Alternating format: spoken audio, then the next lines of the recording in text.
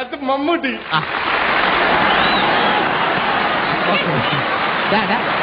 നമുക്ക് നമ്മൾ ഇമിറ്റേറ്റ് ചെയ്യുമ്പോൾ നമ്മൾ പ്രത്യേകം ശ്രദ്ധിക്കാന്നുള്ള പുള്ളിയുടെ ആ നടത്ത, കൈകളുടെ സംഭവം, മുഖത്ത് വരുന്ന എക്സ്പ്രഷൻസ് വിത്ത് ഡയലോഗ്, ഇതെല്ലാം വളരെ ക്ലിയർ ആയിട്ട് വാച്ച് ചെയ്താൽ മാത്രമേ നിനക്ക് ഇങ്ങോട്ട് നോക്ക് ആ പുള്ളിയെ യഥാർത്ഥമായിട്ട് നിനക്ക് ഇമിറ്റേറ്റ് ചെയ്യാൻ പറ്റൂ കേട്ടോ. ആദ്യം പുള്ളിയുടെ ആ നടത്ത വിത്ത് കൈകളുടെ സംഭവം എല്ലാം നമുക്ക് പഠിക്കാം. മമ്മൂക്ക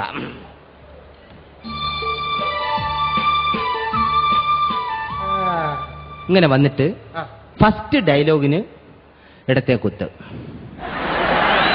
അതായത് ഇവിടെ 2 ഇഷ്ടിക വച്ചേക്കും. ഇത് പഠിക്കാൻ വേണ്ടിയിട്ട് 2 ഇഷ്ടിക വച്ചേക്കും, നടുക്ക് ചാന്തും ഇട്ടേക്കും, കറണ്ട് കാണൂല, കൈ കൊണ്ട് കുത്തി നിറയ്ക്കണം. അറിയാമോ? രണ്ടാമത്തെ ഡയലോഗിന് വലത്തെ സൈഡിൽ ചാന്ത് നിറയ്ക്കണം. സെന്റ് ഡയലോഗ് പറയുമ്പോൾ മാത്രം 2 കൊണ്ട് നിറയ്ക്കണം. കാരണം ഇത് മൈക്കാടല്ല, അടങ്കലാണ്. മനസ്സിലായല്ലോ? ഇനി നമ്മുടെ ആ സൗണ്ട് ക്ലിയർ ആയിട്ട് വാച്ച് ചെയ്തോ കേട്ടാ. ചന്തുവിനെ തോൽപ്പിക്കാനാവില്ല മക്കളെ. ഇരുമ്പാണ് കത്തി മുളയാണി വെച്ച് പൊൻകാരം കൊണ്ട് ചുരുക വിളക്കാൻ കൊല്ലന് 16 പൊന്മണം കൊടുത്തവൻ ചന്തു. മാറ്റം തിരികെ ചോദിച്ചപ്പോ മറന്നു പോയെന്ന് കളവ് പറഞ്ഞവൻ ചന്തു. കണ്ടല്ലോ, ഞരമ്പെല്ലാം വലിഞ്ഞു മുറുകി പൊട്ടണം. നിന്നെ കൊണ്ട് അങ്ങനെയൊക്കെ പറ്റൂ കേട്ടാ. കേട്ടാ, പുള്ളിയെ പോലെ ക്ലിയർ ആയിട്ട് എടുത്തോണം. Ready action. നടന്നു വാ. 2 കൈയും ബാക്കി കെട്ടിക്കോ. Ready action. അതെല്ലാം ക്ലിയർ ആണ്, നീ നടന്നു വന്നാ മതി. അത് തന്നെ. ഓക്കെ, അത്രയും ക്ലിയർ ആവണ്ട. നിന്റെ നെഞ്ച് കയറി ഇരുന്ന് പൊങ്കാലയിടും. ഇങ്ങോട്ട് കയറിയില്ലേ? First dialogue.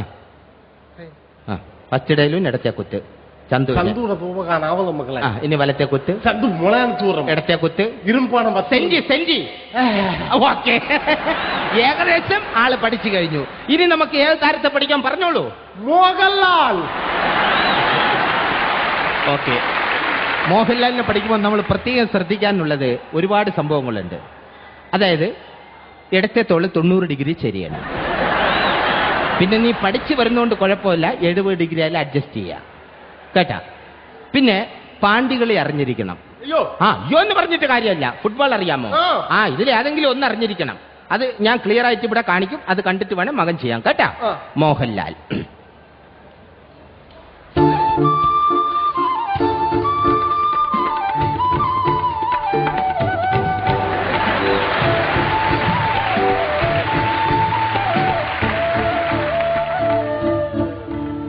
എടോ വീരപ്പൻ എന്ന് പേരുള്ള തേടറേറ്റ് ഷട്ടെ, താൻ ആരാടോ നാട്ടുരാജാവോ?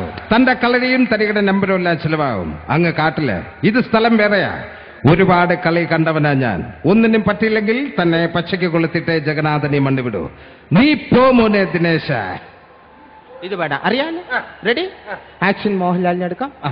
ലാല ഇങ്ങനെടാ, ലാലേട്ടനെ എടുക്കുമ്പോൾ നമ്മൾ പ്രത്യേക ഈ അല്പമെങ്കിലും ചരിച്ച് കാണിക്കേ. നീ അവിടെ നില്ല്, നിന്റെ കുടുംബം വരെ ഞാൻ ചരിച്ചു തരാം.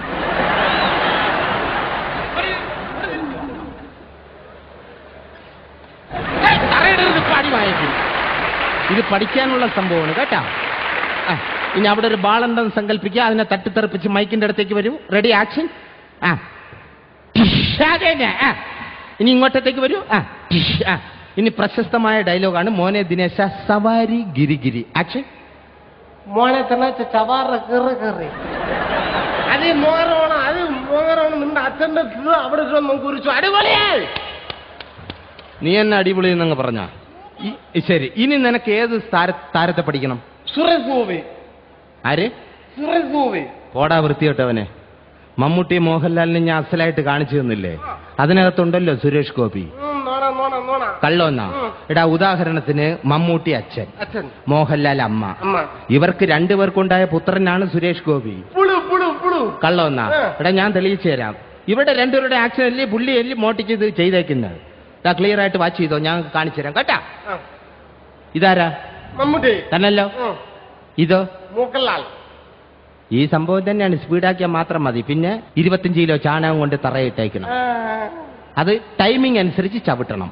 ദാ നോക്കിയോ, മമ്മൂട്ടി ചാണകം ചവിട്ട് മോഹൻലാൽ, മമ്മൂട്ടി മോഹൻലാൽ, മമ്മൂട്ടി മോഹൻലാൽ. കണ്ട, ഇത് സ്പീഡാക്കിയാൽ മാത്രം മതി. കണ്ട, ഇടയ്ക്കിടയ്ക്ക് ചാണകം കൂടെ ചവിട്ടി കൊടുക്കണം.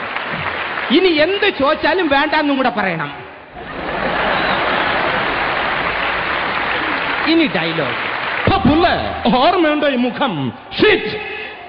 ഷീറ്റ് വേണം. പാകൊണ്ടുള്ള ഒരു പരിപാടിക്കും പുള്ളി തയ്യാറല്ല. മണലിൽ കിടന്നാലും ഷീറ്റ് വേണം. അറിയാലോ? Ready, action. സുരേഷ് ഗോപി എടുക്കാം. മമ്മൂട്ടി. ആ, മോഹൻലാൽ. ചാണകം നിന്റെ അപ്പം വന്ന് ചവിട്ടു. ചവിട്ടറാ. മമ്മൂട്ടി ചാണകം ചവിട്ടി Mohanlal. Mammootty Mohanlal. Speed speed. Okay. ചോറ് വേണോ? ഡയലോഗ്. ഓർമ്മയുണ്ട്. ഓർമ്മയുള്ള ഒരുപാട് കണ്ടല്ലേ? അടിപൊളിയേ. മാതൃഭൂമി